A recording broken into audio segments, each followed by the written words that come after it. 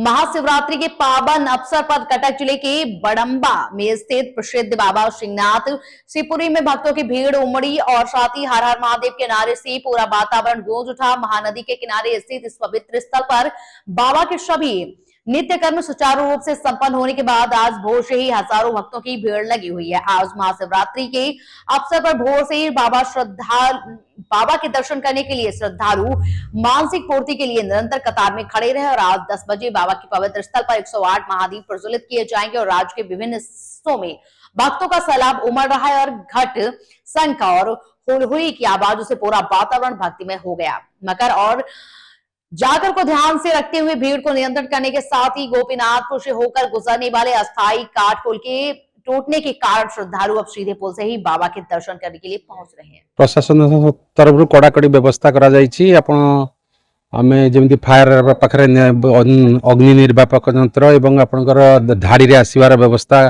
करिछु एवं जानबाहन गुडी को दुई पटर अटका जाउछि एवं मोटामोटी कहवा गले शांति श्रृंखला भाव चली दर्शन। जेहेतु आम सबुठी पूजा अच्छी आम 2 प्लाटून फोर्स मुतयन कर एसपी साहब कर तत्वावधान आम रहीकि सब डिसिप्लिन वे काम माने चली धाड़ी दर्शन एवं जे किपरि भाव नदी प्रति सचेतन ओड्राफ टीम रही फायर टीम सजग अच्छा।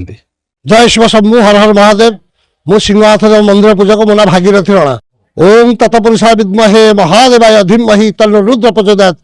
त्र्यंबकं जजामहे सुगंधि पुष्टिवर्धनं उर्वारुकमिवबन्धनात् मृत्युमुख्यमामुतात्। धव वपुषमिन्दो बद्ध पद्मासनस्थं भुजगबलहारं भस्मं दग्धंगमिषं हिरण्यपशुपाणि चन्द्रमौलिनेत्रं हृदय कमल मध्ये चिन्तयति सिंहनाथं।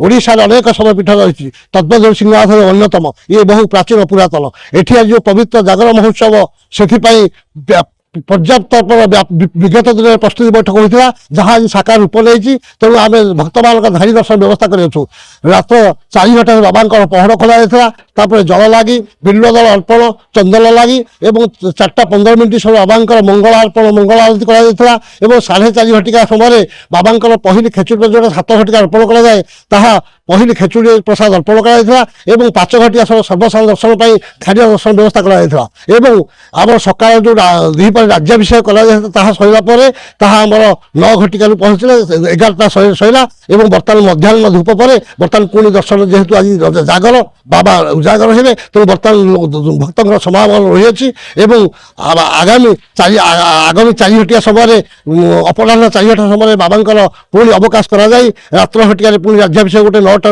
10 घटिया सरला से समय बेढ़ा परिक्रमा कर बेढ़ा परिक्रमा नेत बंधा एवं महादीप प्रज्वलन 10टा समय आरंभ हो जोटा कि 10:30 11टा पर्यटन सरीज तेणु से जो प्रशासन व्यापक प्रस्तुति कराई चली बर्तमान कथित अच्छी यही प्रभु सिंहनाथ पाखे दीप प्रज्वलन कले कोटि जन्म पुण्य मिले यह अति आनंदर कथा। तेणु बर्तमान भक्तों समागम रही आगामी विगत दिन जो विशृंखला होता से ब्यारिकेड व्यवस्था कराई कोहल कर भक्त मान सुख छुटी।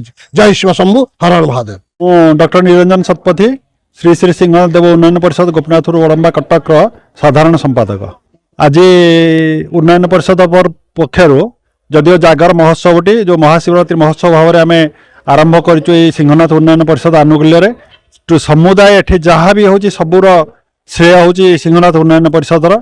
आज सका आम ठाकुरंकर बर्तमान ये महारुद्राभिषेक सरला तापर आमर एथर विशेष आकर्षण आमर गोटे जो पुराना 108 दीप थिला ता प्रतिबदल आम पित्तल गोटे 108 दीप नूतन निर्माण कर जहाँकि आज तार अयम आरंभ होईची एवं ता सहित आमर आज राति 8टा ରୁ 9टा मध्य पुणी रुद्राभिषेक हम 7:30 पर आमर समस्त भक्तों प्रसाद वितरण व्यवस्था है।